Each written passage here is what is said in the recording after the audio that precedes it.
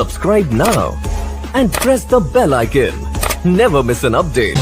धर्म का अंतरण कभी भी नहीं। क्या लगती है कि सरकार मुआवजा देने की मूड पे है? सरकार कभी नहीं देगी। कहीं न कहीं धर्म की राजनीति मानते हैं। धर्म की राजनीति हो रही है। नमस्कार साथियों, मैं हूं प्रमोद और क्रांतिकारी युग में आपका स्वागत है। इस वक्त है हम बस रायपुर, जो छत्तीसगढ़ की राजधानी है।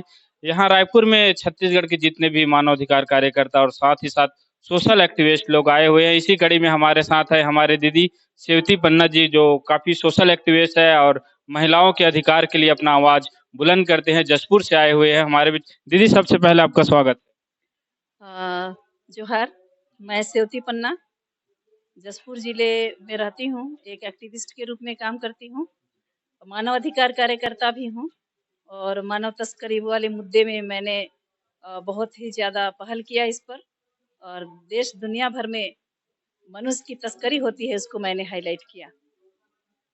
लगातार आदिवासियों के ऊपर शोषण हो रहा है, अत्याचार हो रहा है, चाहे आप बस्तर की ले लो या तो फिर जसपुर का हो या जितने भी भारत में ट्राइबल क्षेत्र है, लगातार ये अपराध का जो ग्रोथ है, बढ़ोतरी हो रहा है। इस पर क्या कहना चाहेंगे?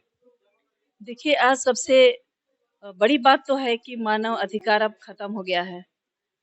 भारत के संविधान के जो अधिकार है, मौलिक अधिकार है, उसे कोई मान नहीं रहा है। सरकारें भी मनवा नहीं रही है, सरकार खुद इसको मान नहीं रही है।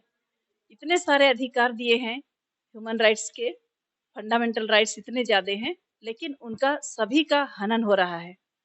अगर हम आवाज उठाते हैं तो हम सामाजिक कार्यकर्ता कहें या मानवाधिकार कार्यकर्ता कहें, हम जन विरोधी कहलाते हैं, सरकार विरोधी कहलाते हैं। हमारे जब जब हम पीड़ितों, गरीबों, संवैधानिक बात करते हैं, हम नक्सल कहे जाते हैं। फिलहाल देखिए, हमारे छत्तीसगढ़ का सबसे बड़ा मुद्दा बनकर आ रहा है, एक तो विस्थापन है, पलायन, ये तो है ही है। दूसरा जो मुद्दा है औद्योगिकरण, और तीसरा फिलहाल की जो मुद्दा है राजनीतिक मुद्दा, वो है धर्मांतरण का। धर्मांतरण लगातार बढ़ रहा है। आखिर क्या कारण है कि लोग धर्मांतरण की ओर अपना लगाव झुकाव काफी देखने को मिल रहा है, खासकर ट्राइबल क्षेत्रों में? देखिए, धर्मांतरण तो होता नहीं है वास्तव में। धर्म का अंतरण कभी भी नहीं होता है। अगर होता भी है तो ये फंडामेंटल राइट्स है। भारत के संविधान के अनुच्छेद 25 से लेकर 30 तक आप पढ़ेंगे, हर नागरिक को अपनी अंतःकरण की आवाज के अनुसार धर्म मानने का, उसको पालन करने और पालन कराने का, उसका प्रचार प्रसार करने का, उसके प्रचार प्रसार के लिए संस्थाएं स्थापित करने का, जमीन लेने का और संगठन बनाने का सब अधिकार भारत के संविधान ने दिया।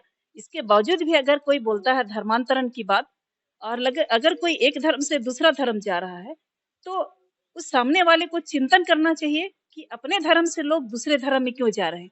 और रही धर्मांतरण, तो होता नहीं है, वो मन का परिवर्तन होता है। मन का परिवर्तन होता है, आस्था का परिवर्तन होता है।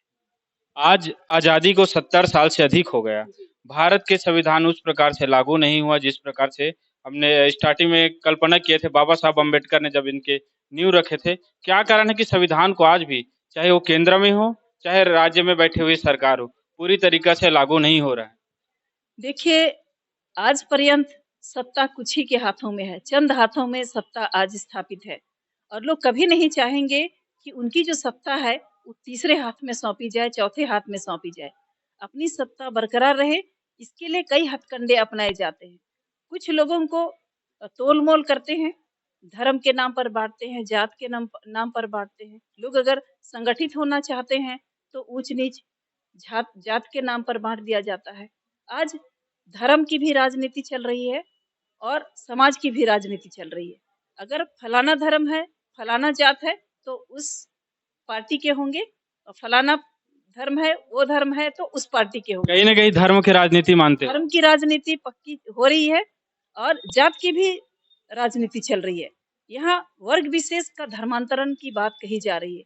देखिए, लोग आज समझने लगे हैं, तो एक धर्म विशेष, खासकर हिंदू धर्म विशेष में लोगों की रुचि घट रही है, या नहीं भी घटी होगी, लेकिन लोगों को डर है कि कहीं धर्म के नाम से लोग विभाजित ना हो जाए। इसीलिए कुछ वर्ग के लोगों को, खासकर आदिवासियों को बांटने की बहुत अच्छी साजिश चल रही है। अगर कोई हिंदू धर्म मानने वाला कोई अन्य धर्म में चला जा रहा है, तो उस धर्म वाले को चिंतन करना चाहिए कि उसके धर्म से लोग क्यों जा रहे हैं।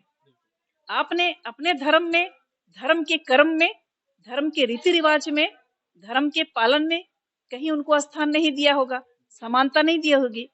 दूसरे धर्म में चले जाते हैं, उदाहरण के लिए मैं बोलती हूँ, अगर कोई ईसाई धर्म में चला जाता है, ईसाई धर्म मानता है, तो वो पादरी बन जाता है। कोई भी समाज का रहे, कोई भी जात का रहे, वहाँ जात देखा नहीं जाता है, वहाँ पर आस्था देखी जाती है। कोई भी व्यक्ति, ईसाई धर्म में भी कोई भी व्यक्ति, गौड़ भी, कोरवा हो, कोई भी हो, अगर वो ईसाई बनता है तो वो पुरोहित बन जाता है, पूजा अर्चना करता है। अगर कोई आदिवासी हिंदू बन जाता है तो क्या आप उसको पंडित बना करके आराधना करने का मौका देते हो?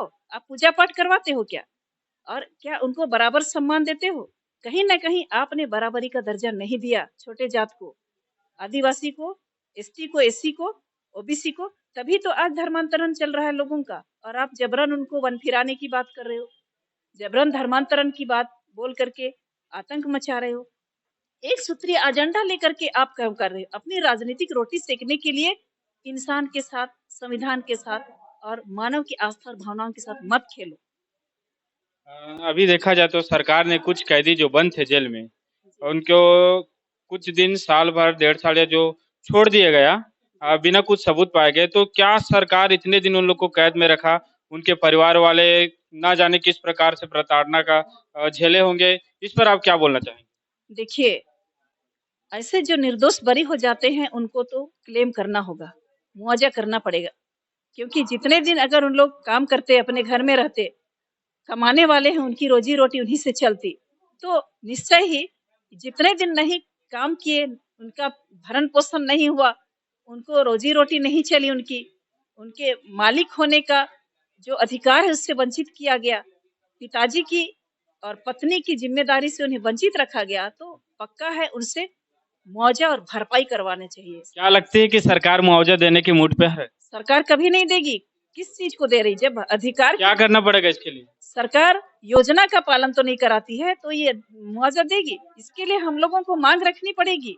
जरूरत पड़ा तो कोर्ट जाना पड़ेगा, जरूरत पड़ा तो हम लोग को आंदोलन करना पड़ेगा, जरूरत पड़ेगा तो जो फर्जी केस लगाते हैं, फर्जी आरोप किसी पर लगाते हैं, उनके खिलाफ जाना पड़ेगा।